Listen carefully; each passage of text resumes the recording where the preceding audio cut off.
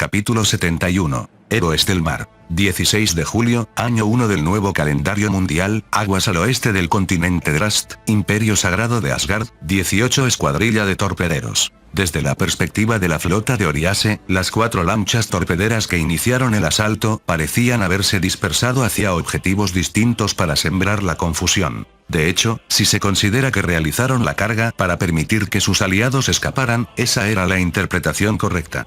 Una vez que las lanchas se infiltran en el corazón de la formación, los defensores de Oriase deben ser sumamente cautelosos por el riesgo de fuego amigo. Pero, al mismo tiempo, no pueden ignorarlas porque corren el riesgo de ser torpederos a quemarropa. La respuesta se vuelve un caos absoluto. Sin embargo, lo que esas 4 lanchas tenían en mente era algo distinto. Estaban perfectamente coordinadas en un solo pensamiento que, como táctica de distracción para salvar aliados, era la más radical posible: hundir el buque insignia aunque nos cueste la vida. Capitán, el resto queda en sus manos. Haga algo espectacular. Recibido. Es la apuesta de mi vida, y juro que la ganaremos por todo lo alto. Como las 4 naves se dispersaron a la vez, los proyectores de búsqueda enemigos perdieron su rastro momentáneamente. Aún así, el sector estaba iluminado por las trazadoras que cruzaban el cielo y las luces de búsqueda enemigas no estaban ocultos.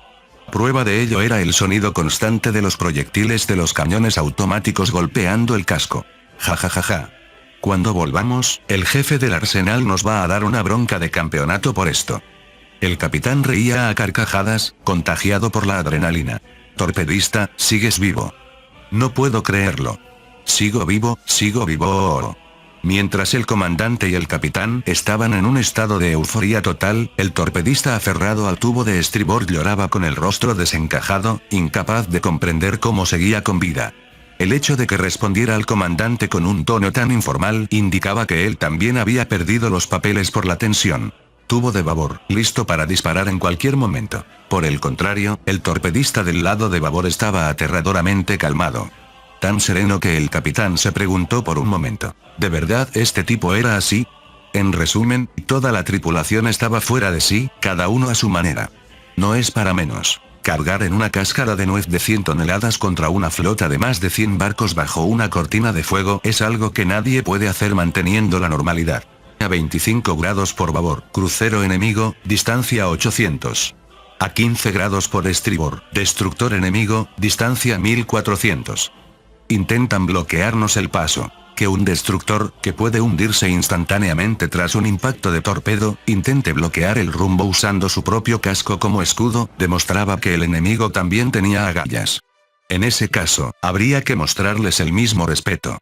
Tubo de babor, preparado para disparar. A mi señal, fuego inmediato. Recibido. En teoría, las lanchas de Asgard cuentan con directores de tiro para torpedos, lo que permite ingresar datos y disparar. Es decir, la dirección del tubo no tiene por qué ser la dirección en la que corre el torpedo. Pero en un combate cercano como este, es imposible ponerse a calcular distancias, velocidades relativas y desviaciones de rumbo. Además, eso solo funciona si uno está quieto o navegando a baja velocidad sin virar. Las lanchas de Asgard llevan los tubos en la proa, paralelos al casco, uno a estribor y otro a babor. Si se configuran para correr en línea recta tras el lanzamiento, el rumbo del barco en el momento del disparo se convierte en el rumbo del torpedo. Este sistema no permite llevar muchos tubos, pero, al igual que los submarinos, cargan torpedos de reserva para permitir la recarga. Artilleros, informen constantemente de la distancia al destructor. Navegando a más de 40 nudos y virando bruscamente para esquivar el fuego enemigo, pedir eso era una locura, pero en la práctica todo se hacía a ojo. Aprovechando su velocidad y su casco pequeño y maniobrable, el capitán esquivó al crucero ligero y enfiló la proa hacia el destructor. Al notar la intención, el destructor viró y sus ametralladoras empezaron a disparar como locas. Distancia 1000. Todavía no. Los proyectores del destructor los cegaban, y varios proyectiles de unos 20 milímetros golpearon el casco, convirtiendo a algunos tripulantes en ráfagas de sangre. Aún así, la pequeña embarcación no se detuvo. Distancia 800. Fuego el de babor. Incluso antes de que el capitán terminara de dar la orden, el torpedista ya había pulsado el botón. En el momento en que el torpedo salió del tubo, el haz de luz del proyector se desvió de la lancha para iluminar la superficie del mar entre ellos y el destructor. Todos los proyectiles que antes golpeaban el casco ahora impactaban en el agua, siguiendo el rastro del proyector. Sin embargo, el esfuerzo fue inútil. El torpedo, cuyos seguros habían sido desactivados de antemano para una situación así, cumplió su trabajo con precisión. El destructor vio su casco desgarrado por la explosión y perdió toda capacidad de combate. Quedaban 3 torpedos, pero solo uno estaba cargado en el tubo. En este escenario, más ruidoso que una fiesta salvaje, era imposible esperar una recarga. Era su último disparo útil. Por un momento, al capitán le cruzó la idea de arrojar los torpedos de reserva por la borda. De hecho, era un milagro que los torpedos expuestos, la parte más vulnerable ante el fuego enemigo, no hubieran sido alcanzados todavía. Si un proyectil impactaba en uno de ellos, la lancha entera se convertiría en una estrella en el cielo. A 35 grados por babor, distancia 2500. Acorazado enemigo. Confirmo la insignia del almirante. A 60 grados por babor, distancia 1000. Otro destructor. Intenta interponerse por la fuerza. Según su trayectoria, el destructor se lanzaba para embestirlos, en un rumbo que incluso corría el riesgo de ser aplastado por su propio acorazado. Naturalmente, un choque con un buque de 2000 toneladas dañaría incluso a un acorazado de 40.000 toneladas, pero el daño sería mucho menor que el de un impacto de torpedo. Sé lo que estás pensando, dijo el comandante, quien hasta entonces había permanecido en silencio vigilando el entorno. Es una idea incompetente para un comandante. No tanto. A mí también es lo único que se me ocurre. Al oír las palabras del comandante, el capitán reafirmó su determinación y apuntó la proa hacia el destructor. Tubo de estribor, preparado para disparar. Por un instante, el torpedista de estribor miró al capitán con sorpresa, pero terminó los preparativos de inmediato. Listo. Fuego. El destructor, que jamás pensó que él mismo sería el objetivo, recibió el torpedo en la proa antes de poder maniobrar, perdiendo velocidad rápidamente. Con esto, los tubos lanzadores quedaron vacíos. Frente al buque insignia enemigo, los torpedos listos para disparar eran 0. Y estar frente al buque insignia significaba estar justo en el centro de la flota enemiga. Toda la dotación, prepárese para abandonar la embarcación. Torpedistas, desactiven los seguros de las cabezas de combate de los torpedos de reserva.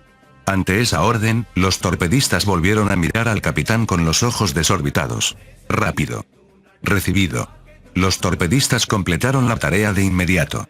Al informar al capitán, este gritó: todos al agua. Sin embargo, no había señal alguna de que la lancha estuviera reduciendo la velocidad. Navegaban a más de 40 nudos.